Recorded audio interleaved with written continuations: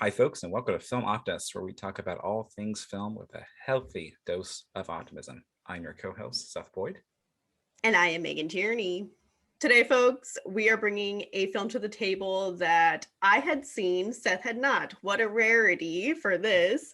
This was also a connection way back to the first episode of the podcast that I was thinking about. We had mentioned this story that Seth and I did meet in undergrad. We met while he was making a student film, and I raised my hand to agree to be a part of that. We were getting to know each other, asking about what our film repertoires are, what we like, and his was I'm like blanking on your pick, Seth, unfortunately, but I think I it was was it. Stalker. Okay, really? Yeah, I Yeah, was gonna say it was like a foreign film, so we did and it. then here, and yes, we have done that before. But then here comes me saying that my favorite film is, or at the time, and which we're going to talk about today, which I'm very excited, is Ferris Bueller's Day Off. So quite the difference of our personalities, our film relationships. But yeah, I was shocked that Seth hadn't seen this movie before, but so excited that we're going to talk about it. And I'm really excited to dive right in. So this is quite an important one for me, I would say. Like this is still on my top 10 even after this rewatch, which enlightened some things about the movie to me after a fresh watch, as it always does. But yeah, I'm just so excited to dive in with Seth, talking about literally one of my favorite movies of all time. So yeah, thank you for allowing me to do this, Seth. This is gonna be Of course, fun. I'm very excited. It was definitely, Yes. I think there was a teenage snob in me that thought, I don't need to see it. I know the beats of the movie. I know what it, I was, someone, a friend was also expressing shock that I hadn't seen it. And I Yeah. compared it to Planet of the Apes. Not that they're similar movies, but Mm-hmm. like one can be, I think, forgiven for assuming they know everything that happens in that movie. Like, you know, the big twist Right. in Planet of the Apes without having seen it. Mm-hmm. But similarly, when I finally watched Planet of the Apes, turns out it was fucking great. Yeah. This movie was also really good. So Oh, I'm glad I so watched it, glad. and that was I'm curious to get into where you when you first saw it. I mean, this is a movie everybody sees, I Yeah. think. So Mm-hmm. honestly, one of the odd reasons I did not see it is my friend group, for whatever reason, came to be known, or rather, it came known to us the John Cusack movie, Better Off Mm-hmm. Dead, and Oh yeah. we just for whatever reason latched onto that one instead. It's like, no, that's the good one. It's not That was nearly your as 80s good. movie? It's yeah, Yeah. that's our 80s teen thing. That is a Yes. weird movie, not as competently made. I like John Cusack, but not as charming as a character or as Right. charismatic. Right. Well, and I think it was maybe for us because that movie takes place in California, Okay. versus this is Is that Chicago. is that It's a Northern Hughes California. movie? It's not, no, I and it see. shows. It is Mm-hmm. not. It does not Okay. have the Okay. undeniable charm that a Hughes movie has. But for whatever Exactly. reason, Well, we just latched onto that. that's very interesting. Well, speaking of Hughes, like Right. this is my Hughes movie like of choice. Okay. I'm gonna recommend another one towards the end, which I'm sure people can kind of already guess.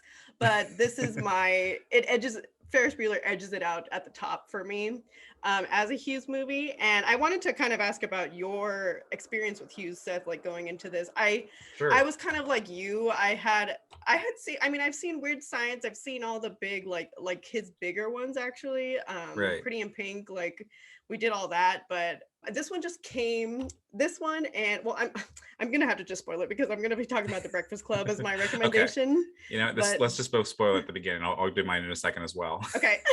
But these movies like came at the perfect time for me. I watched them in high school. I did not watch this like when it came out in high school. I was Sure. unborn at that time. But I watched them just at the perfect time. Like I was literally like either 14, 15, 16ish when I first came into my life.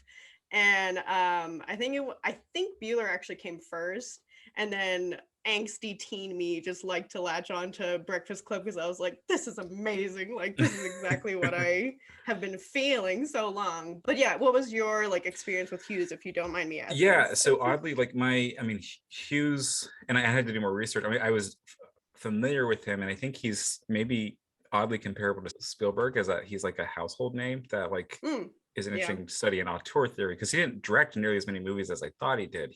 He wrote a lot of movies, he produced movies, and he had a long career in films, but directing was not the primary thing he did. He directed 8 movies, and Oh, from a film career between 1982 and 2008, to only direct 8 movies is surprising, so he was That primarily a is. producer or a writer. And I kind of missed his teen ones of my childhood. So I was familiar with Home Alone, which he didn't Hmm. direct, but he wrote. And what's going to be my pick, Planes, Trains, and Automobiles. So I had like the Ah, kid okay. one and I had the adult one, like the real adult one. I know he did like St. Elmo's Fire, which is, I think, Oh, college age. I could yes. be wrong. But this Yeah. is middle-aged men, and Yeah. I do remember that kind of strict, I don't remember what age I was when I just realized like, oh, that name's in both credits. Hmm. Because these Yeah. movies at first as a kid, seemed pretty different of like Macaulay Culkin or Steve Martin, John Candy's in both, but there's definitely a sweetness to them. And Yes. I thought an understanding of it. I think not that I have kids or anything, but Hmm. I think Planes, Trains, and Automobiles still holds up really great as a Nice. middle-aged, you just want to get home for the holidays Fair. Oh, movie, and true. it's a generally sweet friendship. But we'll talk more about it, I think, at the end. But so for whatever reason, this is the first time I'd seen a John Hughes teenage movie. Sure. I have Hmm. not seen Breakfast Club. I haven't seen Pretty Pink or any of those, and Oh, that's what he's Seth. most known for. I know we might need to Yeah. do a series. So I have not Hmm. seen what he was most known for doing. Sure, sure. And well, you watched a good one. I feel like Bueller Right. is a pretty like quintessential aspect of that. That's for me why it stands out so much, and it's why it's my like top from him basically is from Hughes. I Sure. just think that I watched a lot about him because I just thought his style was very interesting, and sweet is like a perfect word for it. There's a Yeah. sweetness to like these movies, especially about like his teenage years, I felt Hmm. like. And I just know that he's known for basically anybody will know he's known for taking teenagers very seriously, even though these problems may seem like trivial to adults or Yeah. the misanthropes of the world. But it's like these big questions that we have in high school of who we're dating, where are we going to go, like what are we like our parents, are we going to become like our parents, Right. all of this stuff gets wrapped up, and he treats it very seriously. And I think that it actually comes across really well. People talked about like the actors said that they treated them, or excuse me, he treated them very seriously as well, and was just not, he treated them as people, which at the time I Right. think there was a big divide between parents, children, and then the weird middle class of teenagers where you're kind of in between. And this Yeah. movie really talks about that a lot, I feel like. Oh, absolutely. And I think that's like, I'm glad you mentioned that because it is so clear even in this movie, which is maybe, I mean, it certainly seems more silly than what I know about the other ones. In Yes. terms of what the problem is, Yep. and Yeah. what the conflicts are, and et cetera, but and tone. But yeah, it's not. It's still treated with a level of respect that I think is one among the reasons most teenage movies are really forgettable. Is Hmm. Yes. if the people making the movie don't take the character seriously, how are we supposed to as the audience? I agree. So I mean, I really thought like this could have easily been such a throwaway film. It's yeah, we'll get into the plot soon, but it's like, or a quick plot synopsis soon, but it all takes place in one day. It's kind of an adventure story, if you will. right, And it could have so easily just been that, and they went to all these fun places, and that's about it. He made it, he makes it home, and happily ever after. But right, I think that to have those like moments peppered into the story that Hughes does so well of these big like existential questions, I guess, that come up for Bueller and his posse, his friends and his girlfriend that are right, with him, is for me well done. I think people could argue that it's like a little rushed or like kind of nonchalantly thrown in there just as like a he has to get that in there almost, but I don't personally think so. I find it that it makes me care a lot more about these people and their story, I guess. So I thought it was well done personally. absolutely. I would agree with that. With that, do you want to?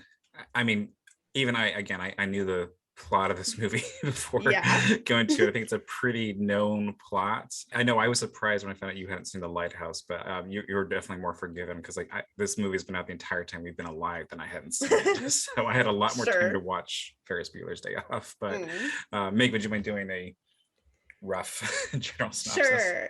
Well, I'm sure almost everybody's heard the synopsis, but it's towards the end of Ferris's last semester in high school. He's been absent 9 times.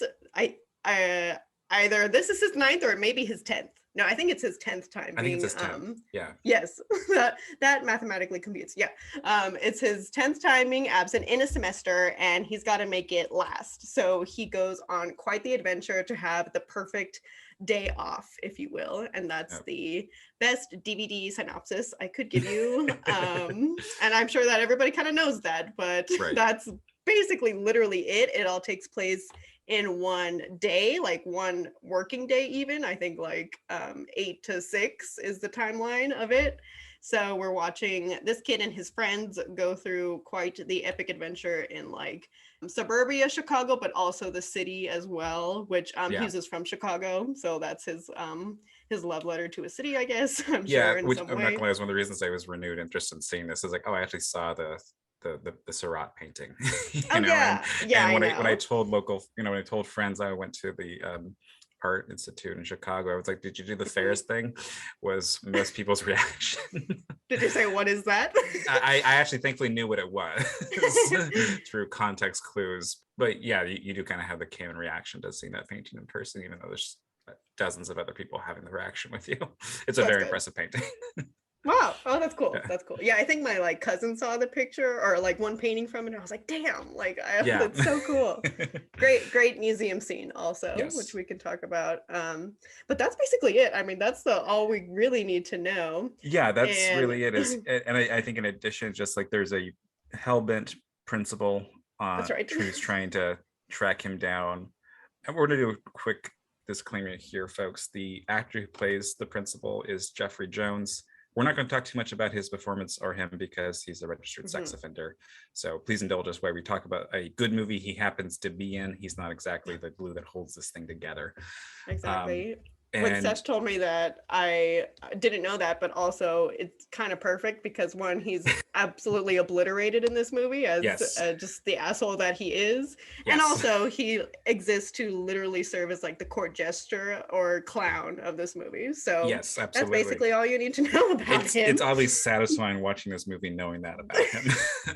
It became great. Yeah. There's multiple scenes of him being mauled by dogs, and there's Mm-hmm. satisfaction in that. Say that what you will about me finding satisfaction in that, but Oh, yeah, I agree. but I think like the main surprising element to me, like I think I knew that there was the friend Cameron. I knew that the friend Yes. Cameron is depressed. Now, I probably spent too much time comparatively on, for lack of a better term, film Twitter and reading essays like that. And I don't know if you're aware, Megan, that there's every now and then will be this like hot takes about why Bueller is actually a sociopath who's dragging his poor innocent friend down. And I think I had read enough of those without seeing the movie that I to some degree believed it or expected that. And a huge factor in me enjoying this was that is just so clearly not the case. The friendship between Cameron and Ferris was a lot sweeter and more pure than I realized. Sure. And yeah, at the end of the day, I think this is really literally a suicide prevention movie, which I did not expect. So as much as I knew about this, I think it's, I mean, like you have those moments of Cameron having pure depression of not being able to get out of bed that are played for comedy, but also feel like Ferris is aware of it. It doesn't just think he's necessarily dragging his feet for no reason. He's trying to address that by coming up with a fun day for them. That's a very interesting take, Seth. Film Twitter almost has a point for me because, I think Ferris is like a manipulative little like asshole sometimes. Yeah, he certainly is. That's not. But like, what's his goal? It's like I agree. Yeah, I mean, he's manipulative as hell for like most people, and I think like the sibling thing is one of the most interesting dynamics here to get to because like, in folks' case, this isn't clear. Again, we're doing a brief synopsis. His sister does not nearly get the leeway that he does. So with that in mind, Megan, if you don't mind me asking, do you have a sibling rivalry with your sister? Do you feel like one of you is the Ferris who's always getting away with everything? Oh, that's funny. I mean, maybe as kids, luckily we have evolved very well, I feel like, but I think it may be more of a brother-sister dynamic too, which makes sense. True. Like she feels very gypped by the idea that her brother can get away with all these things. And I've had friends that their siblings get just completely doted on by their mother as the baby boy. and girls get all the responsibility.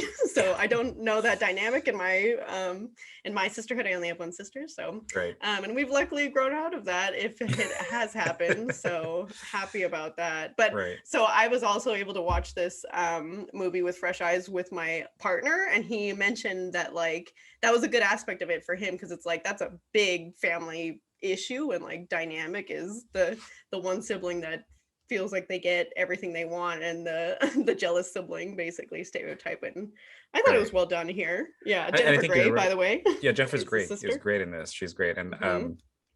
Anne was mentioning very much enjoying all of her outfits. My wife, that is Anne. Yes. Great, Yeah, great fits awesome throughout this costume. movie. Yeah. So I think for me, what I learned about the movie is just that especially in the second rewatch, it's good to watch it with fresh eyes. But I was really like, why did this like speak to me so much? And Right. especially through Ferris's character, I realized that this movie is like an absurdist movie almost, but for teenagers Mm, specifically. Like I thought it was the ultimate teen fantasy, especially with Bueller's perspective. right. And there's a, I don't know, Ferris's characterization was really interesting to me because he's just so different as well from protagonists of this day and age. This is like a rich kid from suburbia, Chicago, where he Right. gets away with everything, and he's our protagonist. Like we're rooting for him. So that was just really uh, jarring almost, in this, coming at it from this era, is like we're rooting for this, like, and also like we Seth and I mentioned, a little bit manipulative like kid. Yeah. um but there's something to it almost that I think you got at, Seth, was like the sweetness of their friendship almost, and Yeah.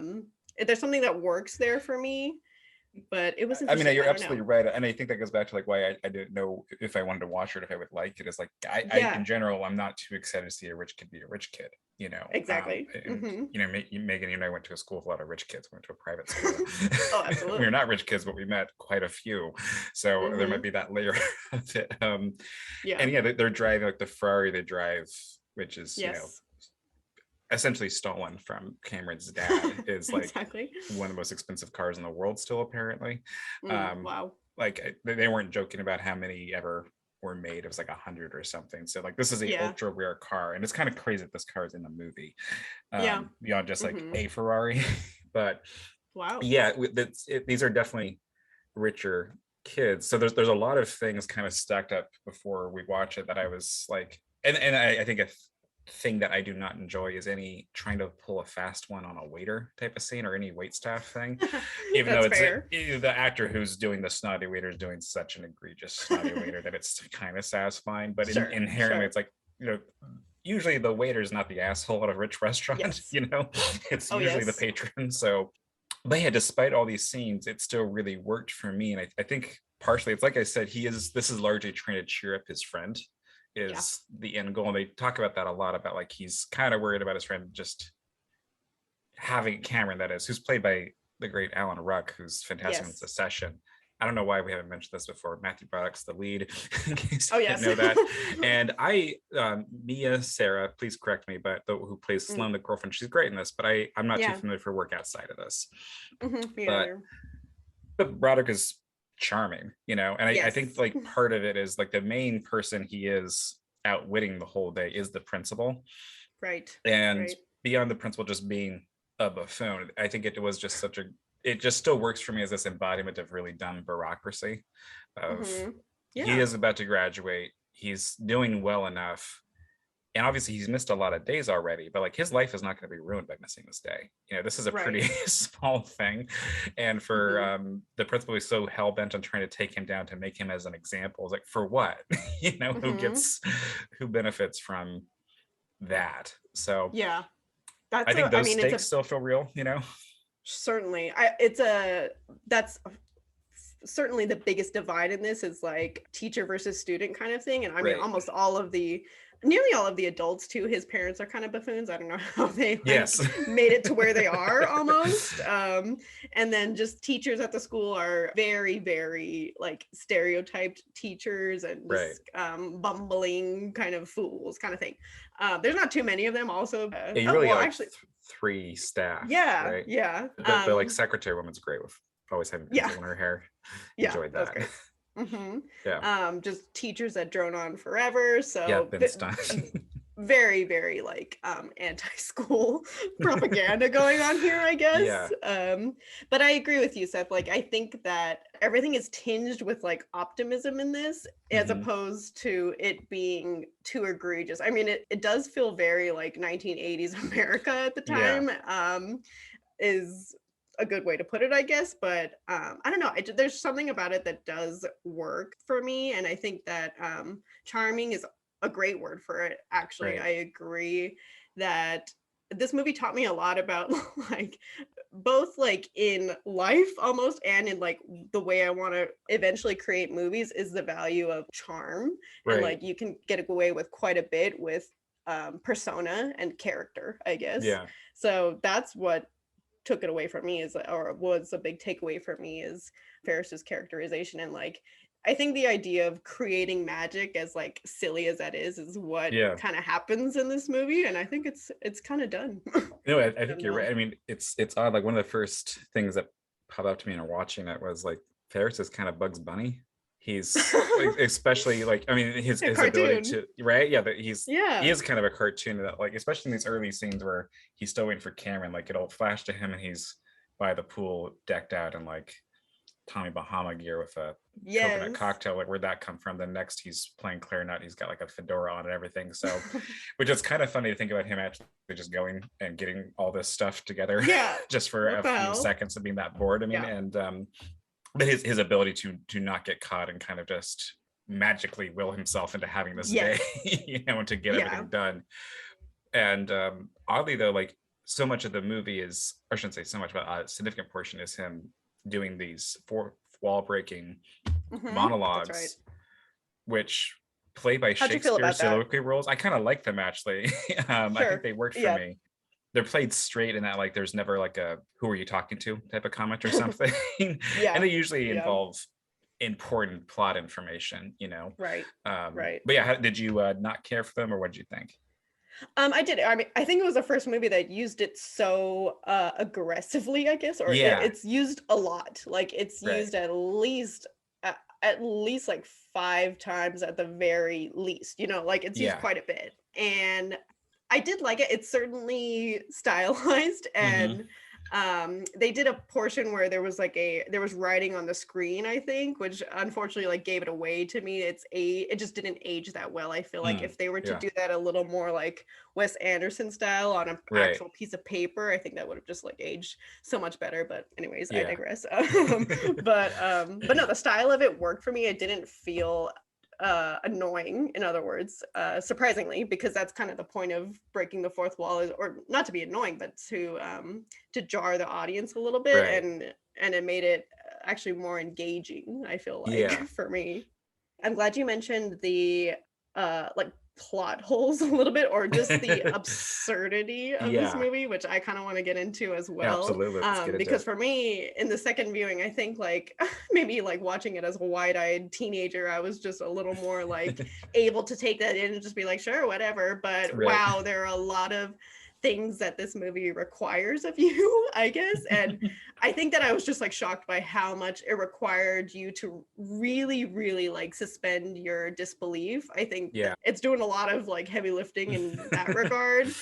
And it does still work. I don't think it like goes over the top for me, but there were just so many moments that, especially towards like the latter half when Ferris is Yeah. trying to like get home, where especially encounters with his parents, or like the premise of almost getting caught, happen quite a bit as well, almost to the point of almost too much, but it was maybe like 3 or 4 times, which is quite a lot Right. in a shorter movie. And I think it is just a plot hole. I don't think I missed anything. Like, so there's Yeah. a moment where the principal's in the house and Jennifer Grey's Yes. sisters come home and she calls the police. And then Mhm. the next scene is she's at the police station, and it's like, and they don't really say she was arrested. She just says, Oh, "I don't know why I'm here." yes, And yes. it's like, I know it's like supposed to be funny that even when she's trying to do the right thing, you know, it is on the one hand accurate that police don't often believe reports, but this movie is I not like know. this isn't an ACAB I the know. fuck the pigs movie. But it's like this Yeah. this plays a little more realistic than I think it's supposed to. I think it's supposed to be like poor Jennifer Grey can't win, you know. Yeah. But it Yeah, was yeah, just a yeah. really weird, like, wait, like, so he was gone when they What? got there? I don't understand. Like they Oh. didn't even search, or, and I think it goes back to like, this is a rich house in a rich neighborhood. I think a rich teen saying Hmm. there's a intruder, and she, it even comes out that she has his wallet. So like, why didn't she show his wallet Right. at the police Oh, station? You know, so so many. So many. this movie accounts on you being charmed again enough to ignore these. And Yes. you know, while watching it, I was so it I was know. a few moments later where it's like afterwards, like, wait, what about this? How did he get Yeah. on that float? You know, which F it. yeah, exactly.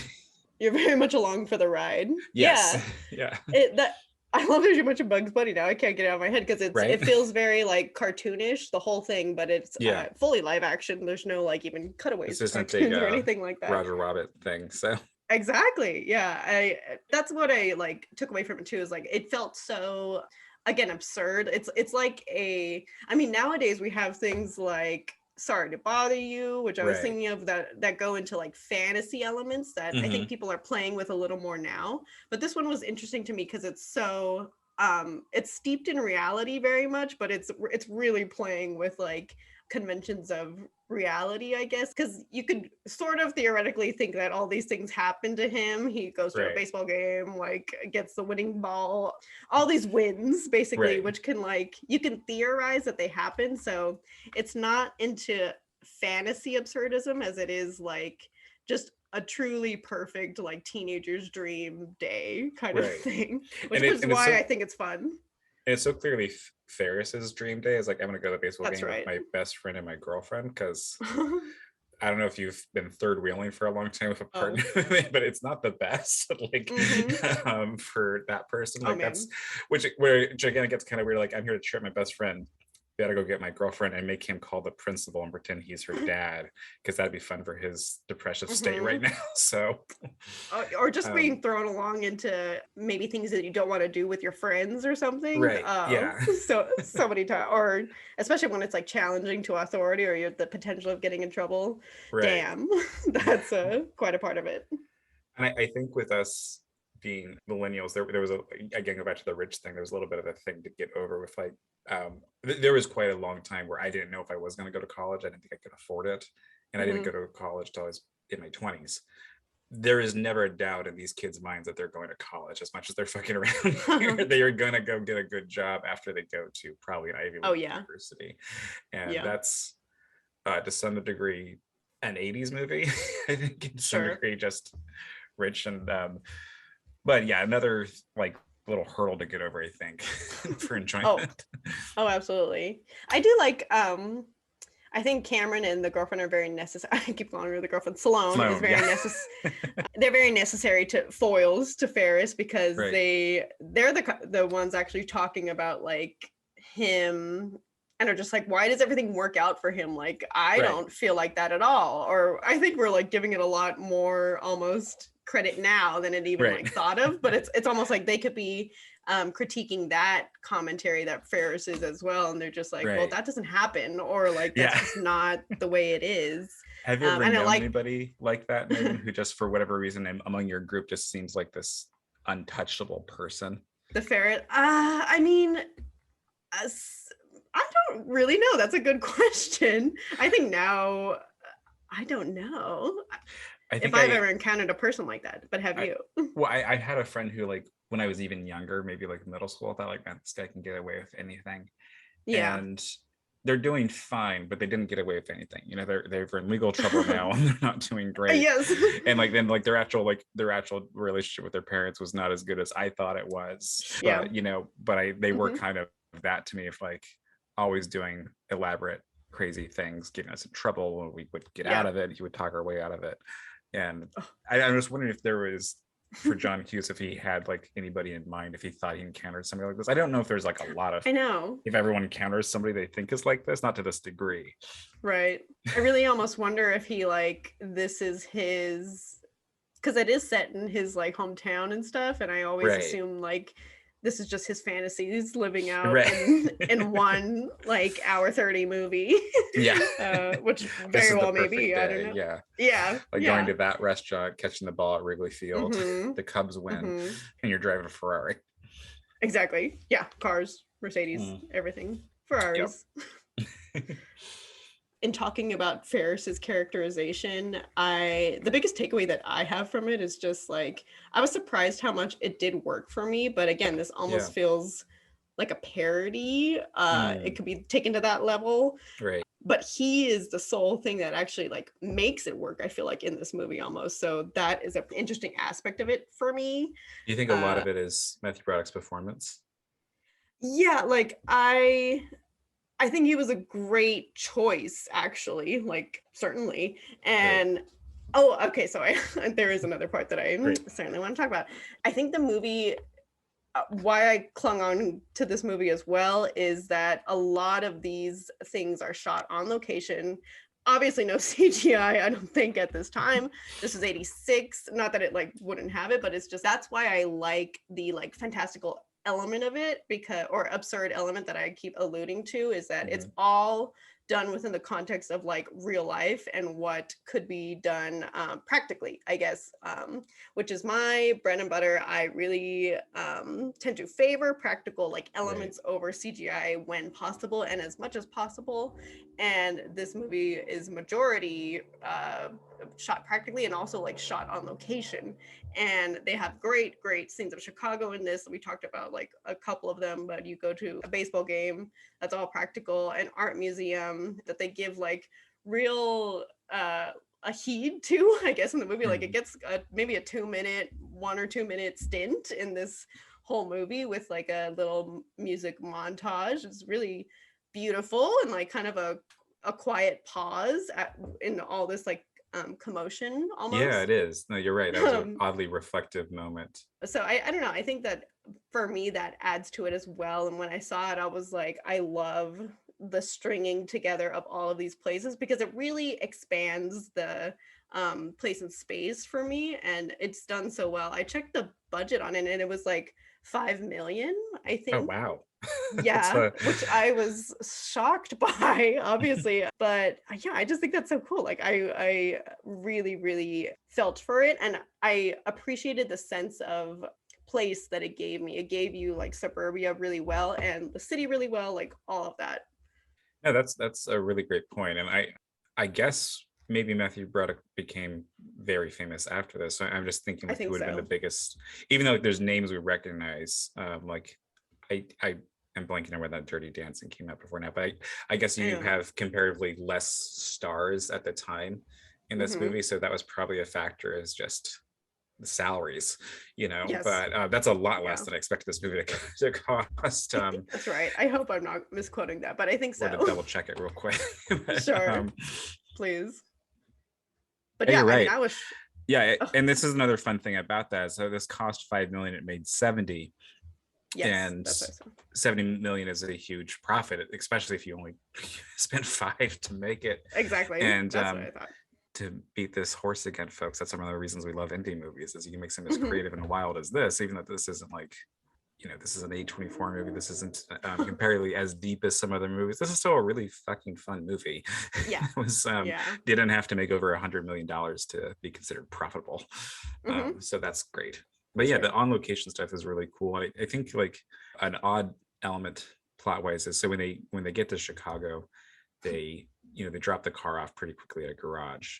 And this is an interesting plot thing, is like they're kind of racist to the guy who is Hmm. picking Oh up yeah. the car, and that's uncomfortable to watch. And then that guy immediately grabs a friend and goes on a joyride. But the actual footage of like, yeah, everything works out okay because they bring the car back in time. They do. But and the footage of these guys that they keep coming back to having the fucking time of their life with a joyride Yeah. through Chicago and a Ferrari is among the most fun elements of it to me. And it's like I don't really feel Yeah. like they are stealing a stolen car for a joyride and they bring it back in I. time, just like Ferris is Hmm. planning to bring it back in time. This is by no Hmm. means worse. And that was just Yeah. kind of it's fun to see other people have fun in this movie. And that's when like the I parade like float that. thing is a big scene too, where you also have Hmm. everyone's dancing around and everything. So I think that's one of the reasons why it's charming, is it isn't just three people being assholes to everybody the whole movie. Yeah. And Yeah. that was another plot thing that I was very confused about. Like they one driving it backwards is a joke they make at the beginning, but they actually try that and that doesn't work. Like Exactly. why would that work? But also like I'm not sure where they are in suburbia, but Cameron freaks out because there's much more miles on the car than he expected, even though it's clearly going to be a problem that there's more miles on his dad's car than there That's what I thought. was. Yeah. That's That's like, right. I don't understand where this disconnect happened. You know, If because like what was the lie you were to tell that was going to work that doesn't work I for know. like another 30 or 100 or whatever? So Oh my god. If driving the car backwards is not the most like Bugs Bunny shit I ever did see with a brick like on the car. Oh my god.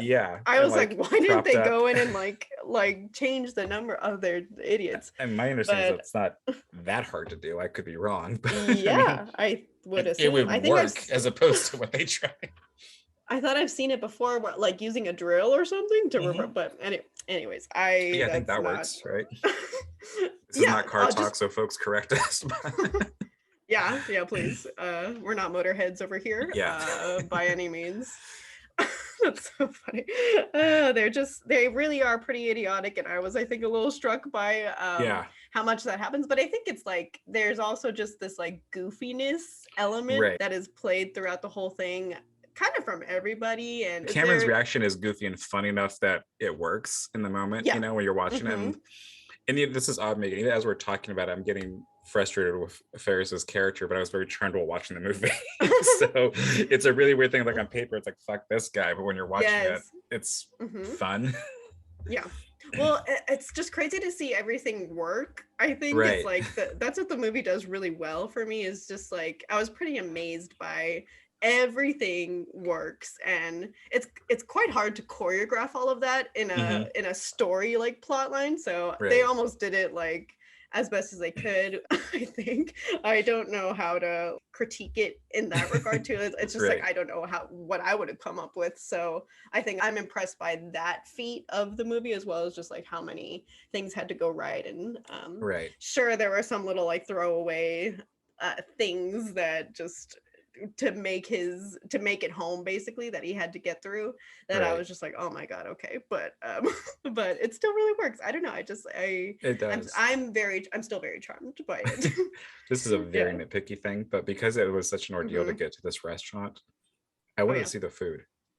Oh sure. You know, it's like even if they're just getting like a burger and hot dogs and like teenage food, it's probably gonna be a really good burger. You know, like I want to see it. So looks so perfect. Looks so colorful. Exactly. So another thing is like color for me in this movie. It does a lot. Very very beautiful, and not 80s disgusting like neon shit. Gross. No. It's just very it kind of looks like 90s-esque to me, or 90s film-esque, where it's more... It's just funny we're doing this after the Drive episode with the clearly trying to do an 80s aesthetic. Well, Drive was, I don't know, but go watch that one, folks, to see our take on that, I guess. Yeah. Because Drive was devoid of color, yet somehow had all the colors. Yeah, all the neon it was colors. A monochrome, except for like the bisexual flag colors would be in there. So... But in comparison, I think Ferris Bueller just looks more realistic, and like it has like a nostalgic look to me that really just gets me going. I don't know. It reminds me of like old photographs of that I couldn't even remember as like a kid. So it has a beautiful tint to it. In other words, that I love. That's a great point. Fujimoto is the cinematographer on here. He worked on some very impressive films. He did this. Give me a second here, folks. He worked with Terrence Malick, who is very known for his stunningly beautiful films, despite how slow they are. Yeah, he did Badlands. He did Badlands, which is I didn't care for as a movie, story-wise, but as a beautiful movie, like visually. Like the cinematography is amazing. He did movies with Jonathan Demme, including Silence of the Lambs. So, like, this is a very efficient, very professional, great cinematographer.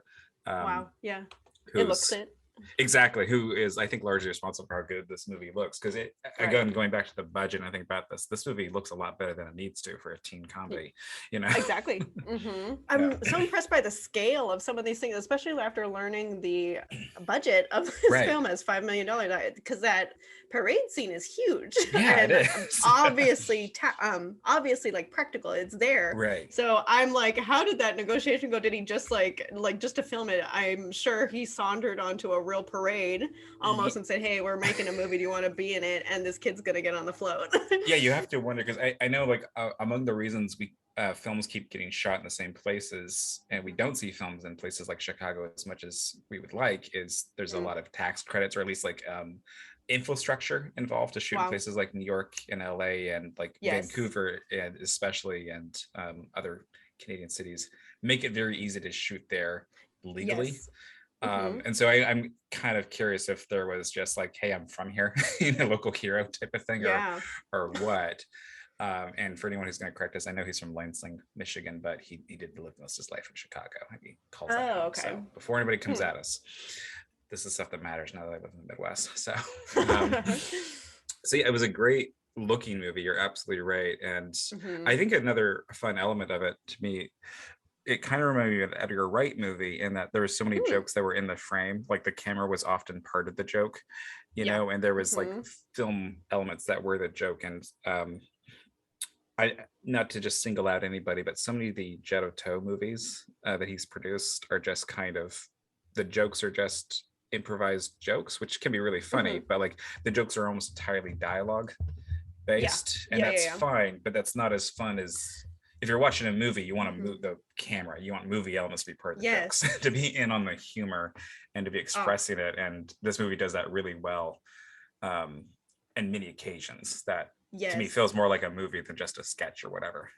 Absolutely, I agree. Like this movie to me is it's made to be a movie. I know that sounds kind of like a dumb thing to say, but it's kind of cinematic to me in that sense. Like, I know what you mean, though. You're absolutely right. Yeah. Like sorry, cinematic, not to cut you off. Yeah. No, I just agree with you. It's like cinematic, I have learned that for me does not mean like huge like explosions or like car scenes or something like that.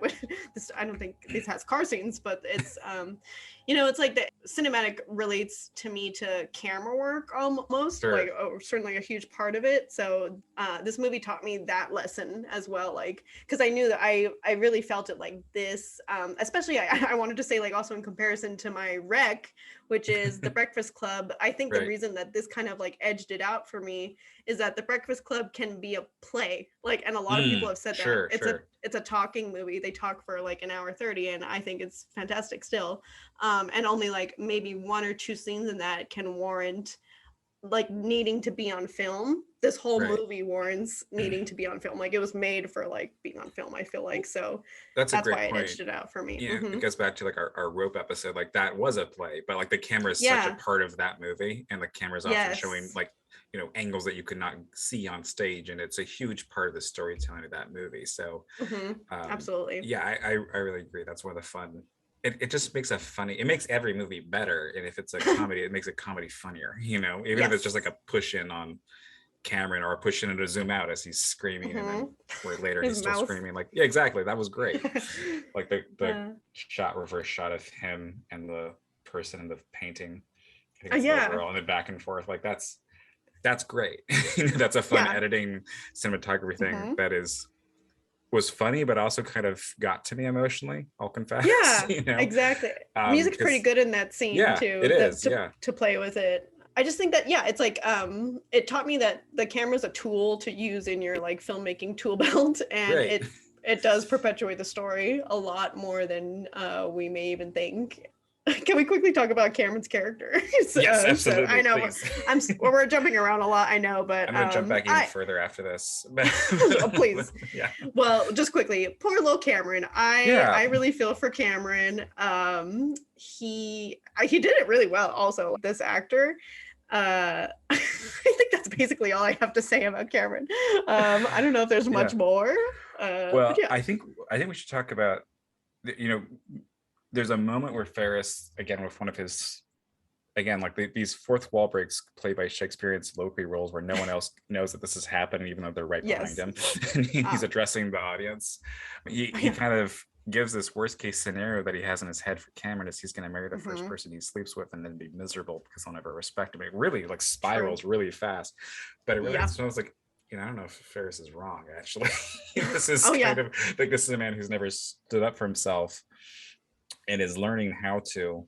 And we get really small, I think, snippets of like what his home life is and that it's Hmm. bad. I think we get enough to believe Ferris that it's bad. But Megan, how do you feel about Cameron's ending in this movie? I I almost that was almost a plot hole for me is like and then in watching it too, I think it adds to the absurdity. Like Right. his for people who don't know, he crashes like extremely crashes the car in an Yeah. agree like in an over the top way in his own home, so they actually like make it home. But the like freaking they have the brick on the it's a whole thing. Yeah. He Um just starts kicking the car out of anger, and then it ends up rolling backwards, breaking the glass. The car is totaled, mhm. you know? And true to Ferris's nature, Ferris actually owns up in that moment and is like, "I'll take the heat for this. This is way too Mhm. much like slack that you can or flack, I should say, from your family." And Cameron, in his epiphany, says, "No, I want to address my father with this. Yeah. He can't ignore this, so I'm gonna like just do it." And the music swells, and it's Right. like quite a dramatic moment, and then it just ends and we don't hear anything from Cameron at all because Ferris is like running home for 10 minutes Yeah. in a little sequence. So that made me laugh. I think that it again, like I think I'm thinking about it from like my perspective now, but that is almost the icing on top of like this absurd cake that is this day. Sure. And I don't really think that I think the filmmakers were really thinking that they're like really hitting it home with like the sweetness Right. and like their friendship and all that. But I was like, that like sucks for Cameron to have to deal with that. And I was Yeah. like, my parents would literally like murder me. So I don't understand like how he's just like, yeah, like it's fine. Don't worry about it, buddy. Like Yeah. and so I like that it was like so absurd with the swelling Right. music almost because I'm like, well, that was just insane. And I hope if they were doing that, like, wow, that's pretty cool. But I really don't think that they were doing that. Sorry to the filmmakers. That's quite all right. Sorry to Yeah. sorry to John Hughes. But hey, maybe his stuff is like working better in postmodern times. I don't know. Yeah. No, I think you're right about like it was definitely it surprised me on the watch of like Hmm. clearly there has to be some breakthrough with Cameron. And I'll just say this, I don't think it's as deep as maybe someone wants to read into it, or as deep as even Sure. John Hughes wanted to make it. But it's made very clear this is the symbol of the thing his father loves, not him, and so he destroys Hmm. it, you know. But I will say I was proud of Cameron by the end of it. Yeah. Like this is a much Hmm. more extreme version than it needed to be, which again adds the absurd. Like he could just like be like, yeah, you know what, I'm gonna talk to the old man tonight. I'm not going to whatever college he wants me to go to or whatever. But no, I destroyed his car and I'm gonna own it up to him, and I'm gonna just be you kind of get the impression he's gonna be waiting in the garage until dad Yeah. gets home and be at the Hmm. scene of the crime. Well, yeah, folks, we've been talking about it enough. I feel good about Seth having seen the movie now. Yes. Any We like can continue final the like podcast. yeah, oh yes, of course. But any like final words about it, Seth? Say your Yeah, I just piece. because so like, I was more proud of Kamen by the end of the movie than I was expecting, even though like it works in terms of emotional character story arc Hmm. for him. I actually generally believe the relationship by the end of it is like Ferris was not wrong to stop in this universe, not saying in the real world, but in the universe of this story, Ferris was correct to not stop Cameron from kicking on the car like he was, which ultimately led to this. And I know like Yes. Hmm. Sloane nearly stops Cameron at one point. He puts his arm to tell her no. Hmm. And I think that was the right move because he's watching his friend work through something. Hmm. Again, this is a Hollywood movie. It's a metaphor. Don't let your friend destroy their dad's car for no reason, but or do. It depends on the car, the friend, the dad. But Hmm. I bought this relationship and I thought it was a lot sweeter than I expected. And Yes. one weird thing I'm going to ask you, Megan. Sorry, this is a little Hmm. sidetrack. Are you aware of the deleted page from this script? I mean, there's probably multiple, but like a famously left out comment in the early parts of this movie about one of the reasons why Ferris addresses the camera and the audience rather, and mentions another reason why he specifically is concerned for Cameron. Oh my God, no. And I Okay. feel like I heard about that, but I don't know Okay. the So what it he is. he mentions he had a friend who was similarly in a depression or whatever, and Hmm. he didn't figure out a way to help him, and now that friend's in a bad state and doing drugs, Hmm. etc. And it's heavily implied that that friend is the Charlie Sheen character who Jennifer Grey Oh, meets up later at the movie, and it's supposed to be, and I don't know, some people say like, oh, they should have left that in because there's the real world example. It's like, I don't know, I was kind of worried Cameron was going to kill himself from those scenes earlier. I think this movie is in an 80s reserved way, not that the 80s are known for being reserved, but like I think this the version that's released plays more as like the real stakes are this guy either just being miserable in a professional sense or just, possibly committing suicide. So I thought it was stronger this way. Yeah, I know people debate that, and I was kind of fully expecting to watch this movie thinking, no, they should have left that in. And I watched like, no, that was the right call to take that out. Now it's just kind of fun that Jennifer Grey gets to hook up with a bad boy at the police station. Yeah, just make it out in front of her mom. That's fun. Exactly, and that's her breakthrough too, which I guess she ends up having fun by the movie too, which is fun to see. Yeah, that's true. Yeah. She's really, really happy by the end of it. Wow. Thank you for bringing that up, Seth. I don't remember that. Oh, that's really interesting.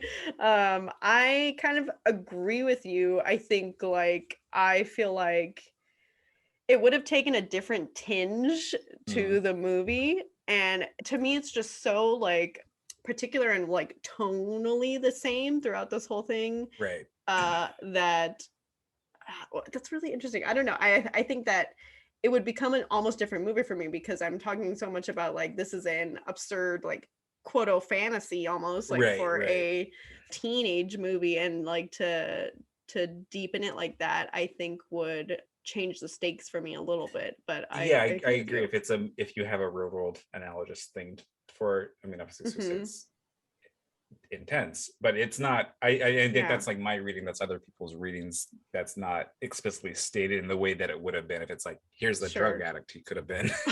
Exactly. Wow. So yeah.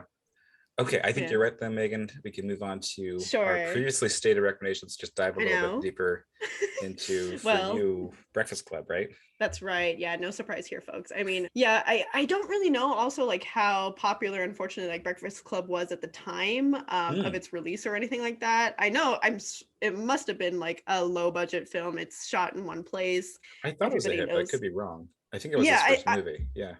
I think it might be actually. I just don't know how like indie it was basically at the time, or even like about Hughes's public perception at the time, I guess.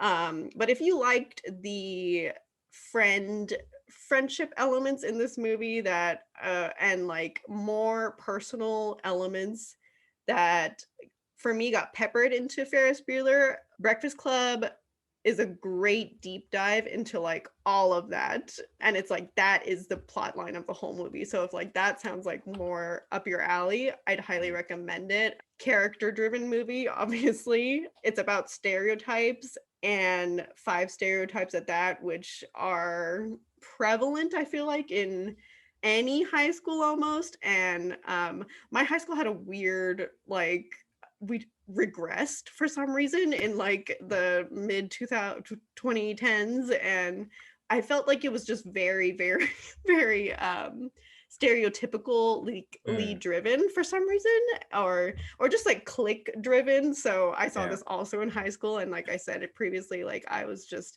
floored by like, I was like, these are the people that that like get it by the end of it. They're also like freaking like 25. I think Bender is like 25-year-old in the movie. Loved him. He was my everything at the time. So if you want hot is that the Judd Nelson character? Judd Nelson, yes. Okay. Thank you for reminding me of the character. But yeah, he's awesome in it. Really, really great. I was just about to ask who the hot one was to you, and I was pretty sure it was going to be Judd Nelson. Yeah, supremely hot at the time for some reason. I don't know why, but he really does it for me. And I think you'll like it, Seth. You have to watch it, Seth. I will watch it. Yeah, absolutely. Yeah. And I think you know this about me, Megan. I was homeschooled, so like there's always like a little bit of a gap in me watching a high school movie. It's like, well, that's not what I had, because going to high school was like the kitchen table, Sure. But like, so I just kind of compare it from like Friends and other high school movies is my basis for understanding. But which is among the reasons why I'm not doing a high school movie. Again, Planes, Trains, and Automobiles. I don't know why, but like there was a really weird, I was pretty conservatively homeschooled, grew up where like we rarely watched a movie past like 1958, and if we did, it Wow. was usually a Christian movie, like a movie you could only find at the church's library. It was rare to watch a movie in color, but both my Wow. parents loved Steve Martin, so we could watch like Three Amigos and a handful Hmm. of other ones, and the most frequent to Three Amigos one was Planes, Trains, and Automobiles. Yes. And so which was wholesome enough, you Uh-huh. know, and it was this very weird moral gray area where, like, even though this is definitely had elements they did not want me to watch, they wanted to see the movie enough that we watched it. um, so it Rebelling. was like kind of like exactly childhood memory, but it's also like I think this holds up really well as a Hmm. adult friendship movie too. Sure. Of John Candy is a very outgoing person, which I can relate to, who is just trying to be nice to everybody, and Steve Martin is great as the biggest dick, who's also his motivations are very clear. He wants to get home to Chicago before he's snowed in because he's got to fly from New York. He's a Hmm. very understandable, relatable character who is snapping throughout the most of the movie. But it's very funny, and it's again goes back to the sweet element. It's a very sweet relationship they ultimately end up forming, Yeah. and I think it's very opposite to Ferris Bueller, and like the stakes are Sure. more real world, but also simpler. Like it's just going home. That's all it is, Yeah. But yeah, that's my rec. I think I've seen it, but it's been a long time, so I need to watch it as an adult. It's also weird because it's specifically a Thanksgiving movie, so it's Okay. which is not a lot of those.